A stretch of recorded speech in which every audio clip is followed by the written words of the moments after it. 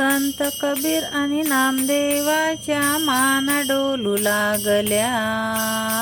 संत कबीर आणि नामदेवाच्या माना डोलू लागल्या. विठ्ठल विठ्ठल जनाबाईच्या गौऱ्या बोलू लागल्या. विठ्ठल विठ्ठल जनाबाईच्या गौऱ्या बोलू लागल्या. एक चोरटी आपलंच घरानं मांडाया लागली.